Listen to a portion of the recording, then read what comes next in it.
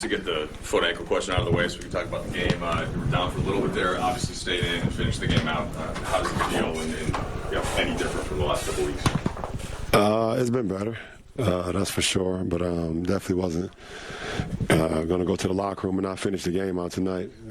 Just understood the importance of the game and then the momentum that we had. I felt like we could, steal one after being down. But we monitor the next couple of days, see how it feels, and go from there. With your foot obviously being significant to how the team's going to do, just setting that to the side for a second, how encouraged have you felt by, since the trade deadline, essentially getting the new guys in the lineup, getting a tough win like this, and how would you zoom out and view what you guys are at right now? I feel like we're in a good place, so I want to try to continue that. For both of you guys, having a player like, Jared Vanderbilt, who wants the challenge of Luka Doncic, who doesn't need the ball to play with energy, how valuable is that for a team that's trying to win and win meaningful basketball? Very valuable. Being down 27-14 in at half, and he comes out and set the tone for it defensively on Luka, getting some steals, making him shoot some tough shots. His rebounding on both ends of the floor. They just started a effect for our group to lock in defensively.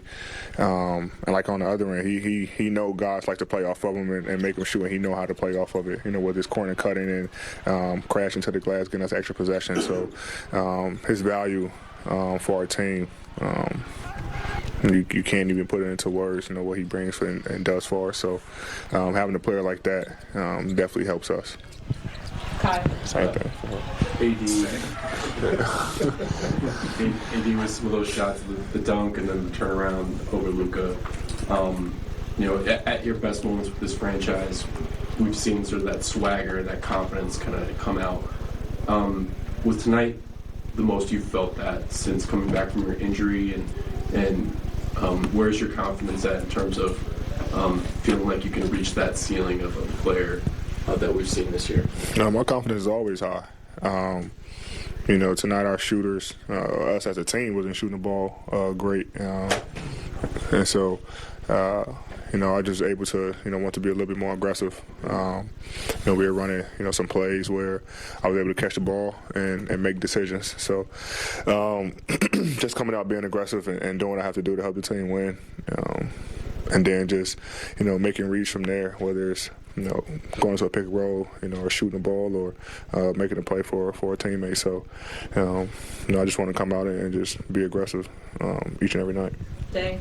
LeBron, I do have a Vando follow for you. His length, his size, speed, athleticism, all that is so apparent when you watch him play. But is there anything IQ-wise, instinct-wise that you noticed from him, the way he approaches it? I think some guys in our league, when you're not great at something, teams are able to use that to their advantage defensively and either sag off of you or play off of you, or you're able to, sometimes you play an offense, it's 5-on-4 or whatever the case may be. His basketball IQ and his intelligence of being guarded this way for so long has actually used it to his advantage. So him, like AD said, being able to, teams turn their head because they're not paying attention to him because they don't think it's a threat. Goes back door for a layup, as you saw in the fourth quarter, on a reverse.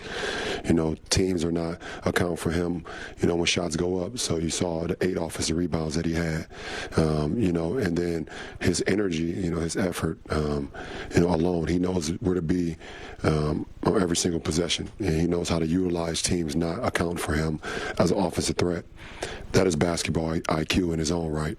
And that's what makes him the player he is. Last two, Johan. Question for both of you. You guys had 17 offensive rebounds, 62 points in the paint. In kind of remaking the roster at the trade deadline, you guys got a lot bigger and more athletic in the front court. You feel like tonight was kind of an example of the team you can be in terms of just being physically imposing in the paint on both sides? Well, I think the game will dictate what we need to do. Tonight, offensively, from the exterior, we wasn't not shooting the ball extremely well, so we have the ability to now look at ways we can be good. Okay, if we can't shoot it well, we need to still get the ball popping, but we need to drive those closeouts. We need to, get the ball in the paint. We need to get offensive rebounds when we're not shooting well. So, to be able to have that ability to be able to say, okay, if we're not shooting well, we can still be in the game. We can still be productive. That's the key for our ball club. All right. Mike, you got a follow-up? Yeah, just with Vanderbilt in a lineup with you two, and you guys are can be bigs defensively, but also can switch out to the perimeter. It seems like he can do the same. And maybe some people didn't realize that. What does that allow you to do defensively? And how do you kind of figure that out amongst the three of you when you're in the half court and guys are setting screens, they're calling different people over to switch, stuff like that? Yeah, it gives us a lot of freedom. It's things that we probably couldn't have done earlier because we were just so small. But now you got Vando, me, Bron, and we're able to talk about it on the floor. Like, okay, do we want to switch this? Vando, how do you want to guard it? And make it as comfortable as we can for all three of us.